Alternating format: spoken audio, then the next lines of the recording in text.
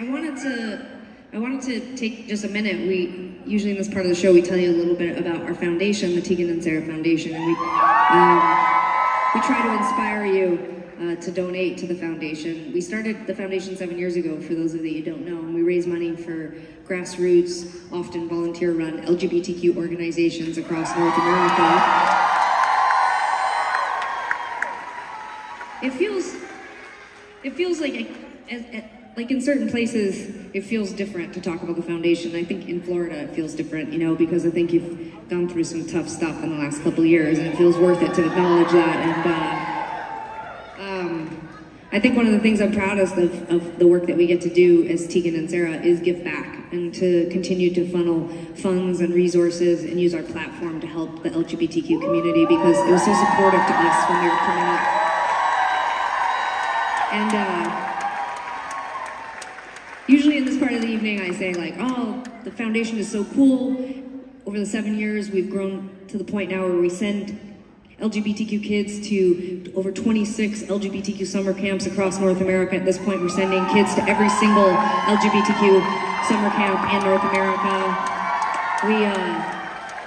We've done all sorts of amazing things, and I usually rattle them all off, but last night I had a really funny interaction with a 10-year-old. And I think it summed up exactly why I think the work we do at the foundation is so important. But the 10-year-old I was hanging out with last night had a copy of our new graphic novel, Junior High. Yeah, it's a sort of fictionalized version of our junior high experience. We collaborated with this amazing queer, also a twin artist, Tilly Walden, and when we got to make the book with her, it was just such an unbelievably cool experience to get to be a part of writing something for kids. There's lots of gay characters in the book, and it's a really positive, aspirational look at what it's like to be young. And when the book was about to be published, Tilly, our illustrator and collaborator, she said, I feel really bad because a lot of my books are banned, especially in the South, in places like Florida.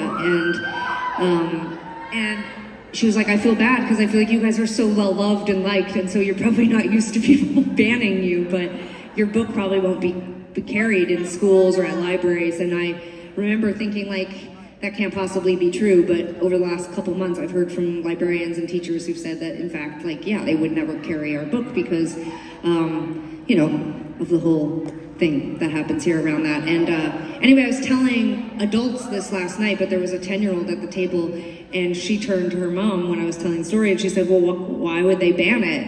And I said, well, because I'm gay and Sarah's gay, and we write about being gay in the book. And she's like, well, like this, she's like, that's stupid. And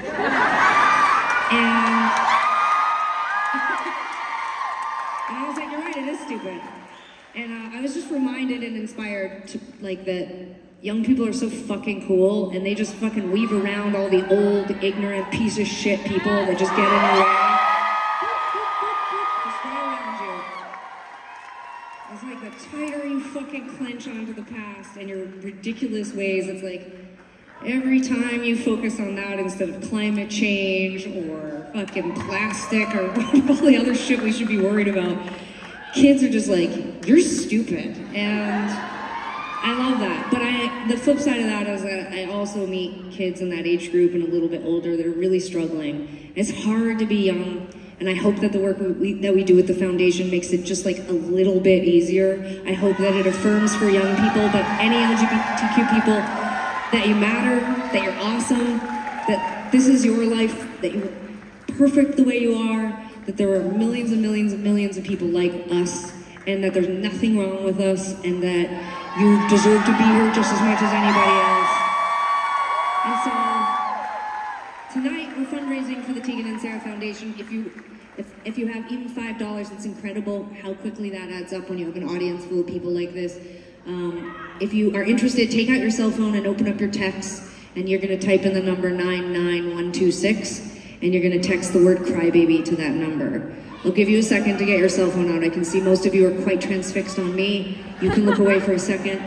Grab your cell phone out, open up your text messages, type in the number 99126, and text the number Crybaby. Now here's why you're going to want to do it, not just because of all of that other stuff.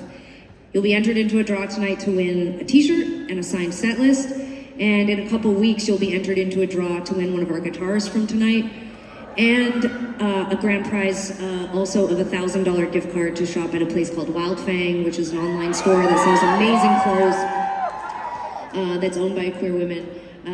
So if you're interested in all of those prizes and you're got $5 to spare, type in Crybaby to the number 99126. We've raised almost $75,000 in the last couple weeks, which has been so exciting.